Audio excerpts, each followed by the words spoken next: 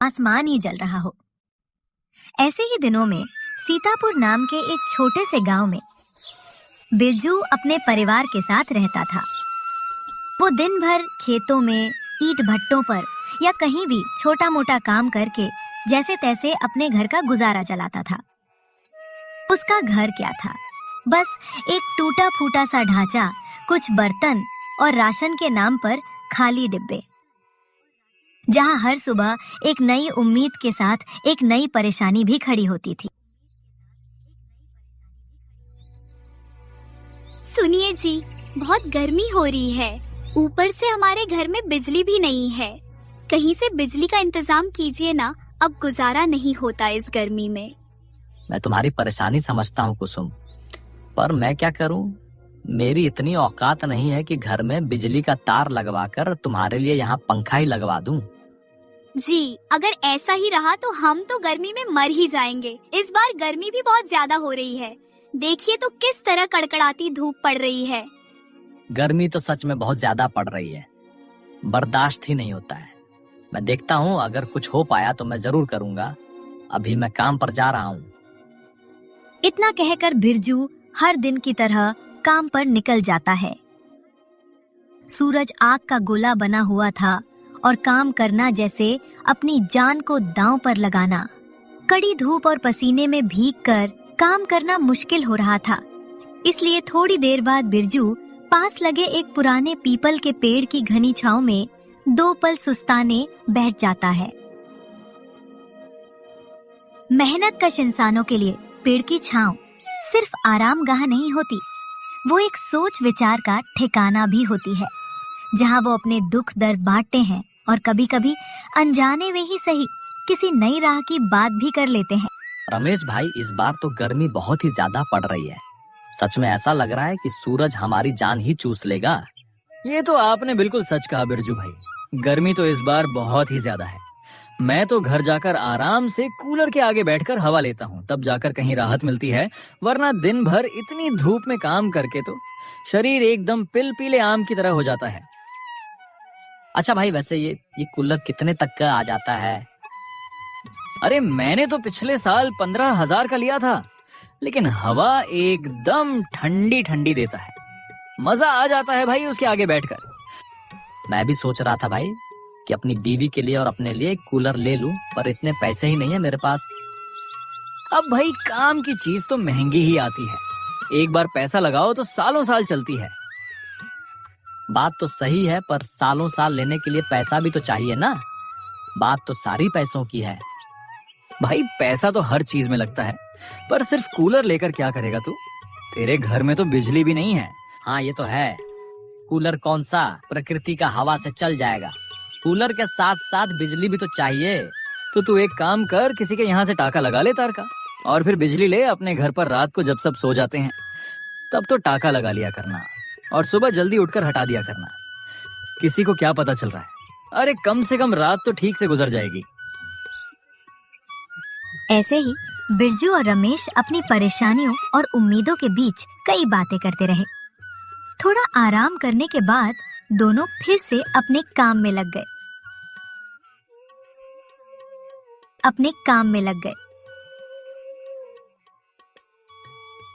शाम तक गर्मी में लगातार काम करते करते बिरजू की हालत बहुत खराब हो चुकी थी। थका हारा जब वो घर पहुंचा तो उसे और भी ज्यादा घुटन महसूस हुई। उनके घर पर कोई पक्की छत तो थी नहीं, बस छत के नाम पर टीन रखी थी, जो गर्मी की वजह से बुरी तरह तप रही थी। कमरा किसी तंदूर से कम नहीं लग रहा था। बेहाल बिरजू आंगन में ही जमीन पर लेट गया। घर की घुटन और पत्नी की आंखों में साफ दिखती बेबसी ने बिरजू के मन में एक गहरा द्वंद्व पैदा कर दिया था। एक तरफ उसकी ईमानदारी थी जो उसे किसी भी गलत काम से रोक रही थी, और दूसरी तरफ अपने परिवार को गर्मी से सुकून देने की प्रबल इच्छा। ऐसे मुश्किल हालात में जहां दिल और दिमाग की कशमकश चल रही हो, अक्सर दिल की आवाज ही जीत जाती है। क्या हुआ जी, आप ठीक तो है ना? अरे हाँ, मैं ठीक हूँ। जमीन बहुत ठंडी ठंडी लग रही है, इसीलिए मैं इस पर लेट गया। रुकिए, मैं हाथ वाला पंखा लेकर आती हूँ और आपको हवा कर देती हूँ। कुसुम जल्दी से हाथ वाला पंखा लेकर आती है और बिरजू को हवा करना शुरू कर देती है। पंखे की हवा से बिरजू को कुछ सुकून महसूस होता है। तभी उसे एकदम से रमेश की कही हुई बात याद आने लगती है और वो कुसुम से इस बारे में बात करने लगता है। कुसुम, मैं सोच रहा था अगर हम रमेश की बात मान लें और रात को बिजली का टांका लगा लें तो? जी, क्या आपको लगता है कि ऐसा करना ठीक होगा? वैसे देखा जाए तो ये गलत भी नहीं है। रात को हम भी सुकून से सो पाएंगे और सुबह होते ही हम टांका हटा दिया करेंगे। कम से कम एक रात तो चैन की मिल जाएगी। चलो ठीक है, मैं करता हूँ इसका भी कुछ। सबसे पहले मैं भंगार की दुकान से पुराना पंखा ले आता हूँ। पुराना ही ले लेते हैं, क्योंकि नया तो अभी हम ले भी नहीं सकते। हाँ, नया लेने के लिए पैसे भी बहुत सारे चाहिए और वो भंगार वाला मंगरू तो हमारी जान पहचान का ही है, इसलिए वह थोड़े बहुत पैसे कम भी कर देगा। कल मैं जाकर उससे बात करता हूँ और पंखा खरीद कर ले आता हूँ और साथ में टाका लगाने के लिए तार भी लेकर आऊंगा। फिर उसके बाद आगे का काम करते हैं।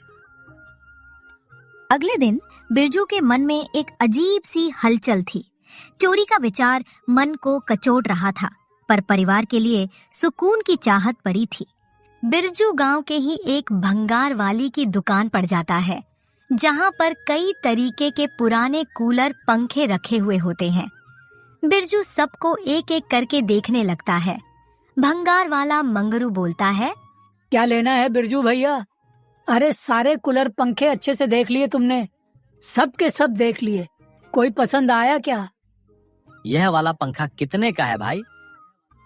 1000 का है, पर तुम्हें 700 में दे दूंगा। ले लो, बढ़िया चलता है एकदम। 700 पर मेरे पास सारे पैसे एक साथ नहीं है, मैं तुम्हें थोड़ा थोड़ा करके पैसे दे दूंगा। क्या भैया भंगार की दुकान चला रहा हूँ? कौन सा सोने की दुकान चला रहा हूँ जो तुम किस्तों पर पैसा दे रहे हो? मान जाओ ना भाई, गर्मी बहुत है, थोड़ी सी राहत आ जाएगी, मैं तुम्हें थोड़ी थोड़ी करके पैसे दे दूंगा। चलो, तुम पर इतना यकीन तो है भैया, ले जाओ, लेकिन पैसे दे देना। मैं तुम्हारा एक एक पैसे दे दूंगा। अरे पैसे की चिंता मत करो। ठीक है, ले जाओ। साथ में लंबी तार भी दूं क्या? अरे साथ में लगाने के लिए। हाँ, लंबी सी तार भी दे देना। मंगरू की भंगार की दुकान से बिरजू अपना पुराना पंखा और तार लेकर घर लौट आया। घर पहुंचते ही वो पूरे ध्यान से पंखे को साफ करने में जुट गया। तभी कुसुम वहां आ गई। अजी, इसकी हालत देखकर तो नहीं लगता कि ये चलेगा। क्या ये वाकई चल पाएगा? अरे नहीं, चल जाएगा। और वैसे भी भंगार में कुछ भी नया थोड़ी ना मिलता है, पुराना है तो क्या हुआ, कोशिश करेंगे तो जरूर चल जाएगा। जी, आपने ये सोचा है कि हम तार कहाँ से लाएंगे? मतलब टांका कहाँ से लगेगा? टांका लगाने के लिए मैं लंबी तार लेकर आया हूँ। सीधा खंभे से ही लगाएंगे। घर के आसपास तार लगाने और काटने का डर है। रात में जब सभी लोग अपने घरों के अंदर होते हैं, तभी बिरजू बिजली के खंभे से टांका लगा लेता है और जैसे ही पंखा चलता है, उसकी ठंडी ठंडी हवा से कुसुम के चेहरे पर एक बड़ी सी मुस्कुराहट आ जाती है। इस गर्मी में पहली बार मैंने सुकून की सांस ली है जी। कितनी अच्छी हवा चल रही है इस पंखे से। चलो, आज रात कम से कम हम दोनों सुकून से सो तो पाएंगे। सही कह रहे हैं आप, वरना गर्मी में तो ठीक से नींद भी नहीं आती है। सारी रात मच्छर इतना ज्यादा काटते हैं, पर आज कम से कम हम आराम से सो तो जाएंगे।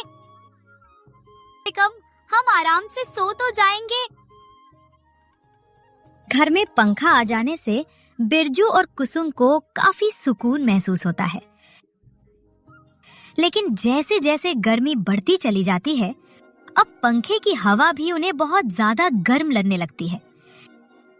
ऐसे में एक दिन कुसुम गर्मी में काम करने की वजह से बेहोश होकर गिर जाती है।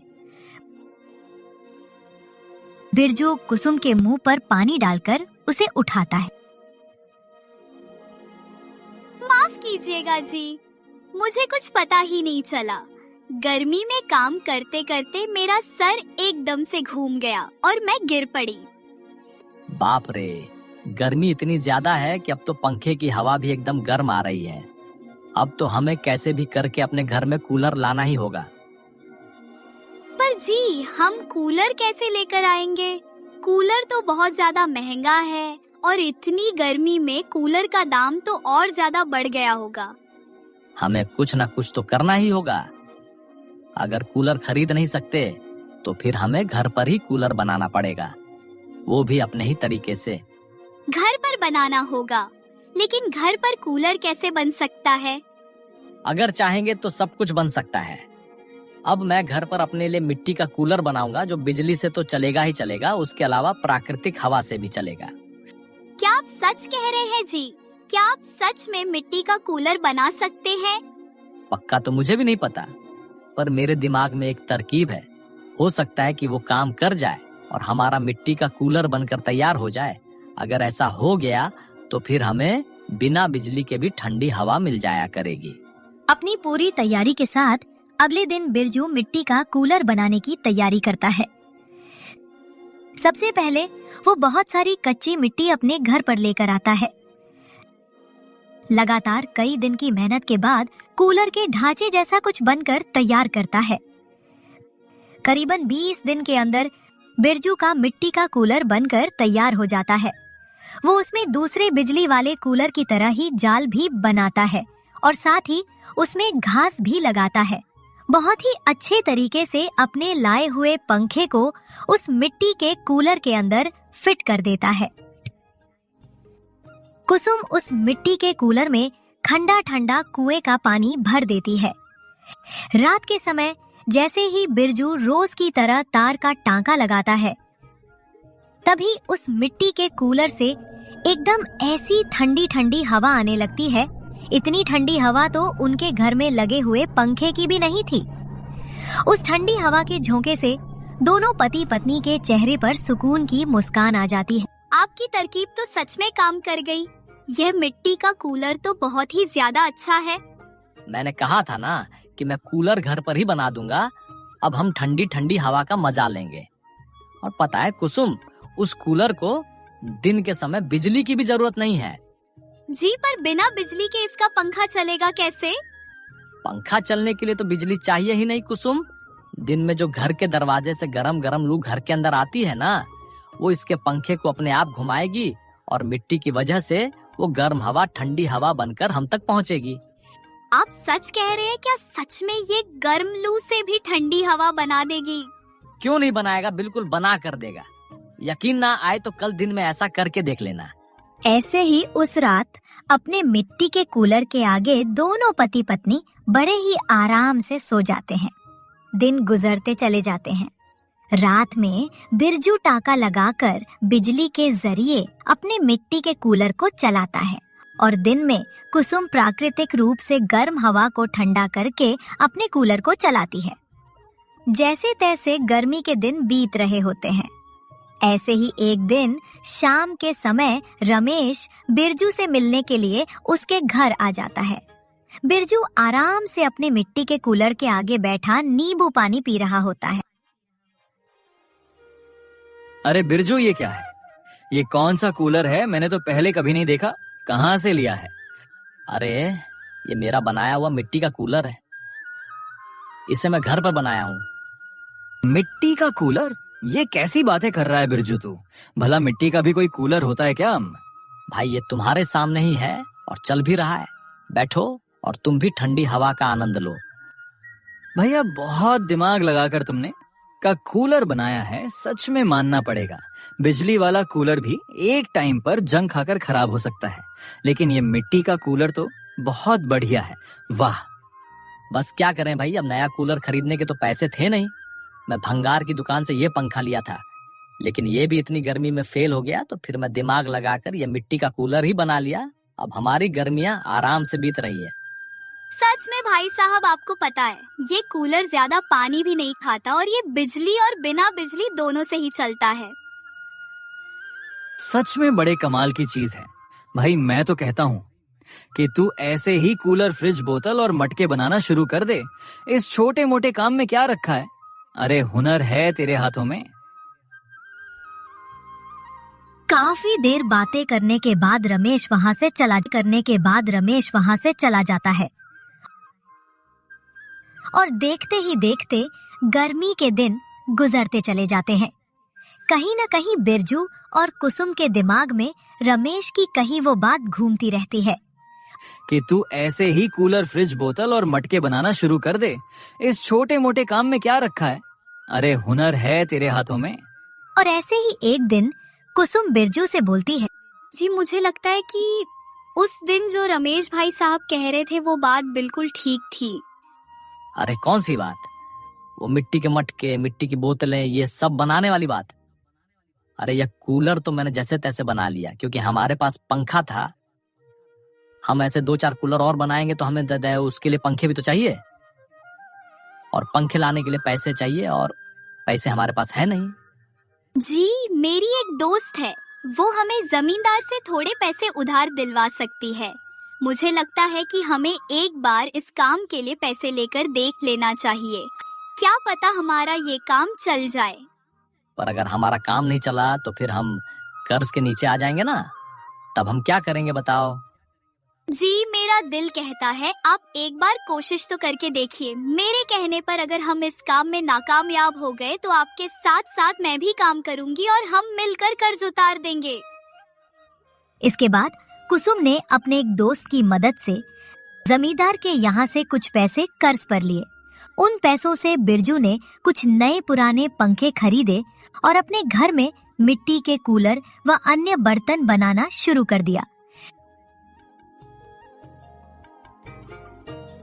बिरजू ने रमेश की मदद से तैयार हुए सभी मिट्टी के कूलर को शहर के बाजार में ले जाकर बेचा।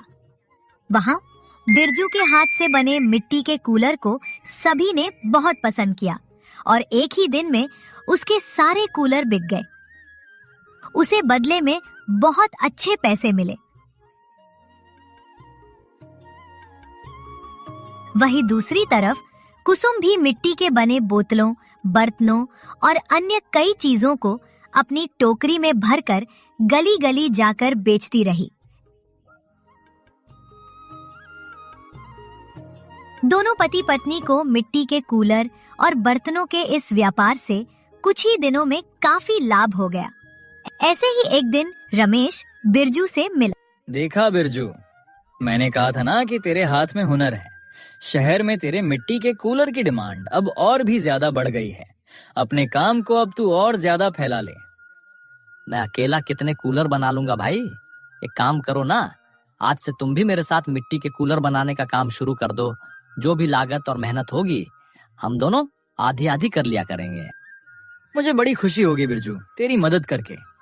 और हमें भी आपसे मदद लेकर बहुत खुशी होगी, क्योंकि आप ना होते तो शायद कभी हम इस व्यापार को शुरू करने के बारे में सोचते ही नहीं। जो देखा वही कहा। अब हम तीनों ही काम पर लग जाते हैं। बहुत सारे लोगों ने मिट्टी की बोतलों, मटकों और बनियों का ऑर्डर दिया है। मुझे और बिरजू को भी कूलर बनाने के लिए पंखे और बाकी सामान खरीद कर लेकर आना है। हम भी काम पर लग जाते हैं। ऐसे ही रमेश, कुसुम और बिरजू तीनों अपने अपने कामों में लग गए। देखते ही देखते बिरजू का व्यापार बहुत ज्यादा विकसित हो गया। बिरजू ने जमींदार का और साथ ही भंगार वाले मंगरू का भी सारा हिसाब किताब बराबर कर दिया। शहर के साथ साथ आसपास के कई गांवों में बिरजू के मिट्टी के कूलर की खूब चर्चा होने लगी। देखते ही देखते बिरजू के घर के हालात पहले से कहीं ज्यादा सुधर गए। अब उसके पास धन की कोई कमी नहीं थी। ऐसे ही एक दिन भंगार वाला मंगरू रमेश के पास आता है और बोलता है, अरे रमेश भैया, बिरजू भैया, मैं आप लोगों के लिए एक बहुत बड़ा प्रस्ताव लेकर आया हूँ। एक बड़े व्यापारी हैं जो आपसे मिट्टी के कूलर बनवाना चाहते हैं। उनका बहुत सारे शहरों में काम चल रहा है और उन्होंने आपका मिट्टी का देखा, मेरी दुकान पर रखे हुए। वह उस कूलर को देखकर बहुत ज्यादा खुश हो गए और वह मुझे आपसे मिलने के लिए बोल रहे हैं। अगर आपके पास आज टाइम है तो आप मेरे साथ मेरी दुकान पर चलो वह आपको मिट्टी के कूलर बनाने का बहुत सारा काम देना चाहते हैं। अरे पर हमारे पास तो पहले ही बहुत सारा काम है, ऐसे में हम और ज्यादा काम कैसे कर पाएंगे? अरे किस्मत बार बार मौका थोड़ी ना देती है बिरजू। काम पकड़ कर लेते हैं और मदद के लिए और आदमियों को रख लेंगे। अरे तू चिंता मत कर, सब हो जाएगा। सही कह रहे हैं रमेश भैया। गरीब की किस्मत सिर्फ एक मिट्टी का कूलर बनाने से चमक गई। अरे ऐसा मौका हाथ से मत जाने दो, लपक के पकड़ लो। जिसके बाद मंगरू बड़े व्यापारी से बिरजू और रमेश की मुलाकात करवाता है। वो व्यापारी बिरजू और रमेश को बहुत सारे मिट्टी के कूलर बनाने का ऑर्डर दे देता है। घर में ठंडी हवा देने लगे और आखिरकार बिरजू ने मिट्टी के कूलर और बाकी मिट्टी के सामान की एक बड़ी सी दुकान खोली, जिसका नाम उसने गरीब का मिट्टी का कूलर रखा। इस तरह गर्मी से आजादी पाने का उसका छोटा सा सपना एक बड़े व्यापार में बदल गया।